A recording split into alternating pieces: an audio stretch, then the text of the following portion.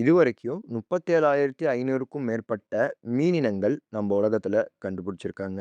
அதுல fresh வாட்டர 19,200ம், salt வாட்டர்ல வாழக்கூடிய மீனினங்கள் 14,800ல இருந்து 18,000 வரைக்கும் இருக்கலாம்னு ஒரு கணிப்பு கணிச்சிருக்காங்க. அதுலயே இன்னொரு கிளாசிஃபிகேஷன் பார்த்தீங்கன்னா, பிராக்கிஷ் வாட்டர். அதாவது இந்த மீனினங்களால உப்பு நீரும், நன்னீரும் சேர்ந்த இடத்துல உயிர் வாழ முடியும். இத விட இன்னொரு ஆச்சரியமான விஷயம் என்னன்னா, ஒரு சில மீனினங்கள் இருக்கு. அதுங்க குறிப்பிட்ட நேரத்துல ஃப்ரெஷ் வாட்டர்லருந்து சால்ட் வாட்டருக்கும், சால்ட் வாட்டர்லருந்து ஃப்ரெஷ் வாட்டருக்கும் மைக்ரேட் ஆகி உயிர் வாழும்.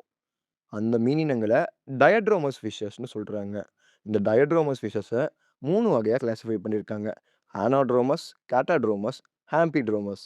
ஆனாட்ரோமஸ்னா கடல்ல வாழ்ந்துட்டு இருக்கிற மீனினங்கள் முட்டையிடும் காலத்துக்கு மட்டும் ஃப்ரெஷ் வாட்டருக்கு முட்டை போட்டுட்டு திரும்ப போயிடும். அந்த முட்டைகள் பொரிஞ்சதுக்கப்புறம் ஓரளவுக்கு ஒரு ஜூவனைல் ஸ்டேஜ்க்கு வந்ததுக்கப்புறம் திரும்ப கடலுக்கே போயிடும். இதுக்கான பெஸ்ட் எக்ஸாம்பிளா இந்த சால்மன் ஃபிஷ்ஷ சொல்லலாம்.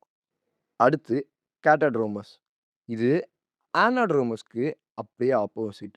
ஃப்ரெஷ் வாட்டர்ல வாழக்கூடிய மீனினங்கள் இனப்பெருக்க காலத்துக்கு கடலுக்கு செல்லுதுங்க. இதுக்கான பெஸ்ட் எக்ஸாம்பிளா விலாங்கு மீன்னு சொல்லப்படுற மோல்டடில சொல்லலாம். அடுத்து ஆம்பிட்ரோமஸ்.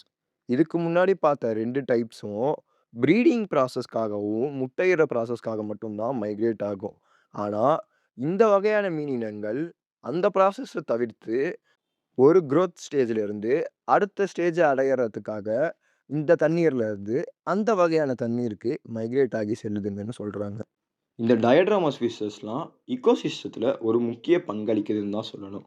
பிகாஸ் இந்த ஃப்ரெஷ் வாட்டர்ல வாழக்கூடிய மீனினங்களோ, இல்ல சால்ட் வாட்டர்ல வாழக்கூடிய மீனினங்களோ, அதுங்க ரீஜியன்ல இருந்து இன்னொரு ரீஜியனுக்கு மாறுதுல்ல. அதாவது ஃப்ரெஷ் வாட்டருக்கோ, சால்ட் வாட்டருக்கோ. அப்படி மைக்ரேட் ஆகி போகும்போது, புரோட்டீன்ஸ் அண்ட் நியூட்ரியன்ட்ஸ சேர்ந்து நீர்நிலைகளுக்கு ட்ரான்ஸ்ஃபர் பண்ணுதுன்னு சொல்றாங்க. அது மட்டும் இல்லாம, இதுங்க இப்படி மைக்ரேட் ஆகுறதுனால, மத்த உயிரினங்களுக்கும் ஒரு ஃபுட் சோர்ஸா இதுங்க அமையுதுன்னு சொல்றாங்க. ஃபார் எக்ஸாம்பிளுக்கு நீங்க பார்த்தீங்கன்னு வைங்களேன், சால்மன் மீன்லாம் மைக்ரேட் ஆகும்போது, கூட்டம் கூட்டமா தான் மைக்ரேட் ஆகும். அப்படி மைக்ரேட் ஆகுற இடத்துல பார்த்தீங்கன்னு வைங்களேன், இந்த கிரிஸ்லி பியர்ஸ், ஓநாய்கள் அந்த மாரி பல உயிரினங்களுக்கு ஒரு முக்கியமான ஃபுட் சோர்ஸா இதுங்க அமையுதுன்னு சொல்றாங்க.